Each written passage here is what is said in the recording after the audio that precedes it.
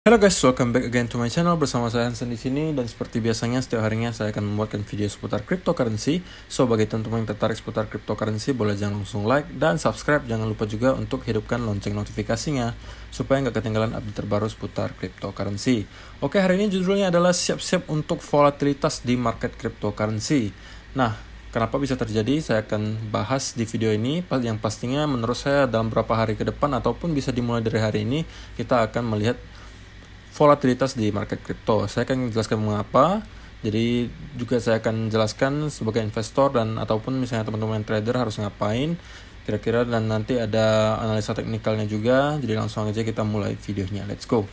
Oke, jadi seperti biasa kita akan mulai dari coin market cap dulu, dan hari ini secara global market cap crypto kembali naik ke 1,42 triliun dolar atau sekitar 2,68% dibandingkan hari sebelumnya. Bitcoin di harga 34.300-an naik 2%, Ethereum 2150 naik 2%, Binance Coin naiknya lumayan 5% ke 331, Cardano 1,37 dolar, XRP 0,65 naik 4% lumayan, Dogecoin juga di harga 0,21 dolar naiknya 2%. Oke.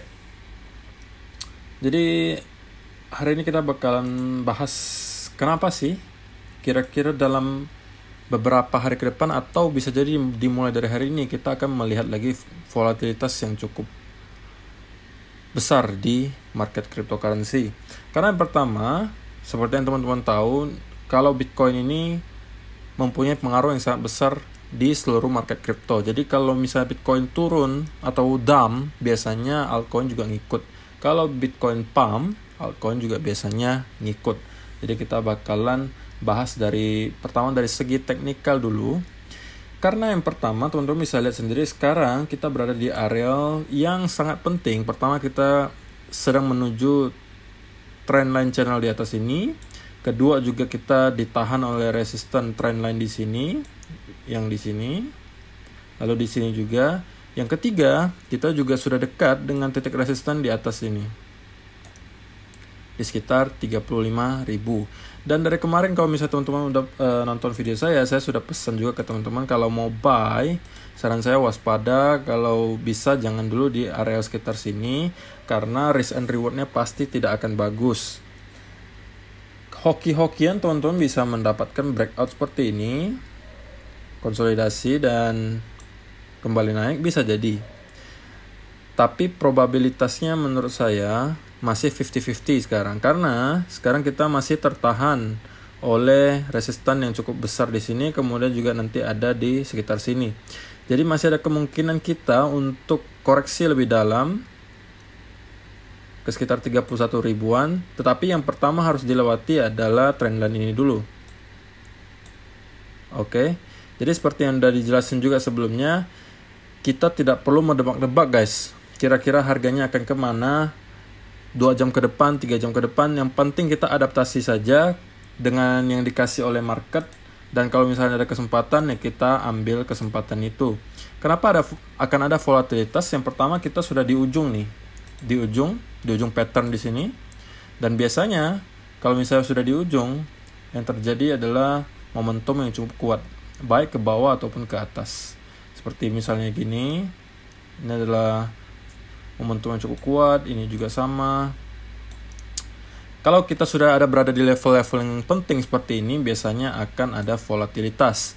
Kalau misalnya kita mempunyai momentum yang cukup untuk menembus dari ini, teman-teman boleh buy, tetapi tunggu dulu konsolidasi ketika dia retest di sekitaran 35.000 ini. Saya pribadi tidak akan open posisi buy kalau misalnya Bitcoin belum menembus dari 35.000 ini. Karena kalau saya buy di sini, kalau saya hoki dapat breakout di sini, belum tentu saya bisa menembus dari 35.000 ini. Jadi risk and rewardnya itu tidak terlalu bagus.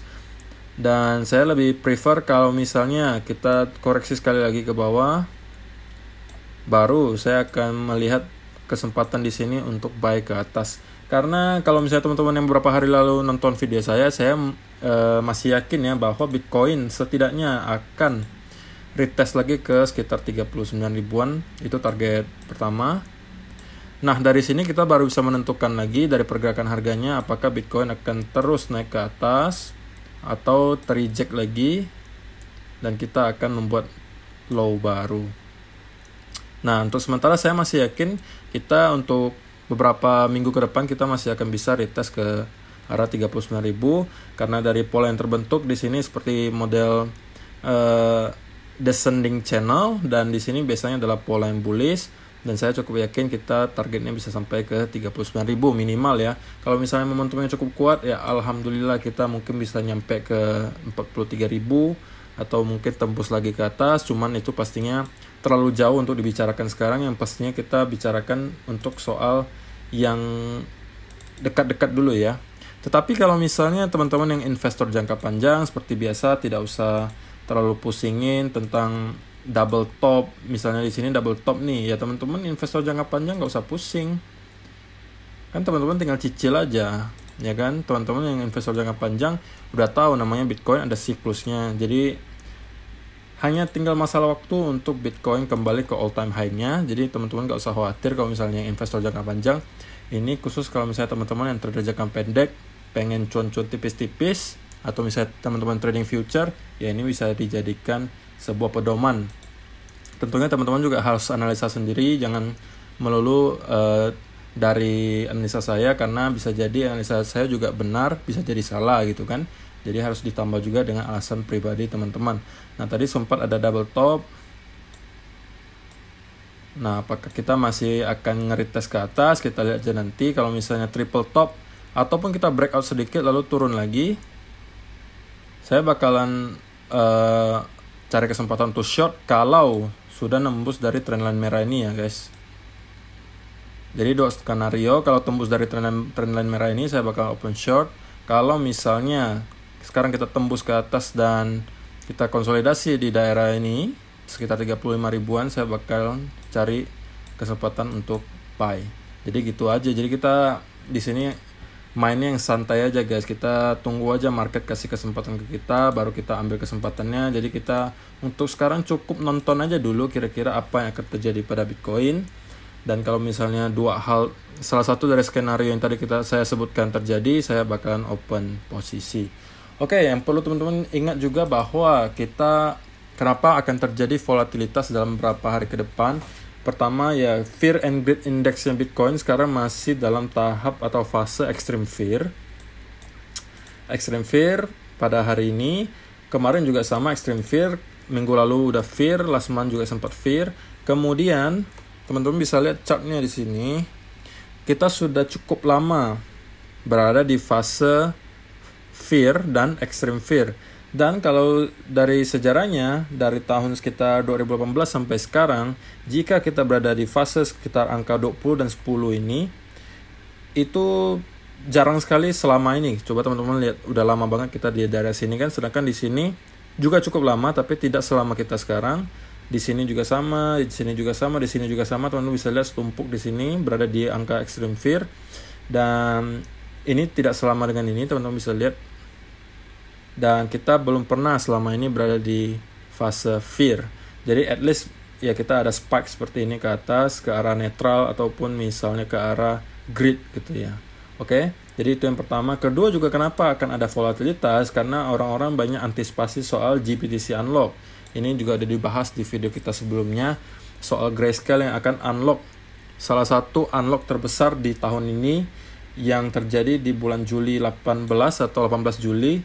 Dan kebanyakan orang memprediksi Bitcoin akan ngedam lagi ke bawah, akan sampai 25.000, ada yang bilang sampai 20.000, ada yang bisa sampai 16.000. Ya, itu adalah prediksi masing-masing ya guys. Dan saya pribadi, saya tidak terlalu yakin bahwa kita bisa, hanya gara-gara ini kita bisa nembus ke 25.000 atau 20.000.